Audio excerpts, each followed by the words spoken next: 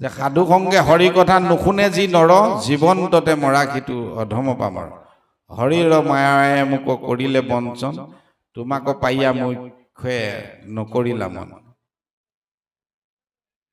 যি সাধুৰ সংগ পালেই যি পোৱাৰ লগে লগেই ভগৱত চিন্তাবিলাক জাগ্ৰত হয় যেতিয়ালৈকে আমি সৎ সংগ নাপাম তেতিয়ালৈকে ভগৱন্তৰ প্ৰতি ভাৱৰ উৎপত্তি নহয় আজি আপোনাক সবে ইয়াতে উপস্থিত হৈছে আপোনাক সবৰ অন্তৰ আত্মাত প্ৰভুৰ প্ৰতি ভাৱ উৎপত্তি হৈছে যদি ভাৱৰ উৎপত্তি নহলহেঁতেন ইয়াত আহি আপোনাক সবে উপস্থিত নহলহেঁতেন যাহাৰো আছে পুণ্য অসংখ্যাত শিখে পাতে কাণ হৰিৰ কথাত অৰ্থাৎ হৰিৰ কথা শুনিবৰ বাবে শ্ৰৱণ কৰিবৰ বাবে বা কীৰ্তন কৰিবৰ বাবে কিছু পূৰ্ব জন্মৰ পুণ্য থাকিব লাগিব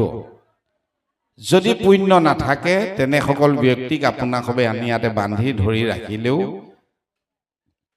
থাকিব কষ্ট পাব তেওঁলোকে উচপিচাই থাকিব কঁকালে বিষাব ভৰিয়ে বিষাব এনেকুৱা সকল অনুভৱ কৰি তেওঁলোক এই অনুষ্ঠানৰ পৰা গুচি যাব গতিকে আপোনাক সব সন্ত পুৰুষে আহি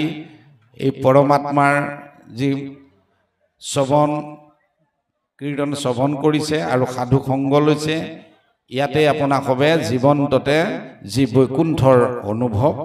কৰিব পাৰিব বৈকুণ্ঠ বেলেগে নাই এইটো এটা কাল্পনিক বুলি আমি ভাবোঁ যেতিয়ালৈকে আমি চকুৰে নেদেখোঁ বৈকুণ্ঠ এইখনেই ইয়াতেই এই সৎপ্ৰাণ ব্যক্তিসকল সেইসকলে ভকত প্ৰভু ভগৱন্ত সাক্ষাৎ বিৰাজ হৈ আছে তেখেতৰ গুণানুকীৰ্তন চলি আছে গতিকে সেয়ে কৈছে যে আমি হৰিৰ মায়ে আমাক কৰিলে বঞ্চন তোমাক পাইয়া মুখ্য নকৰিলে মন বৈদতী মৈত্ৰে শুনা ব্যাকৰণত এহিমতে দেৱহূতি কৰিলে প্ৰাৰ্থন দেৱহূতিয়ে নিজৰ স্বামীক কৈ আছে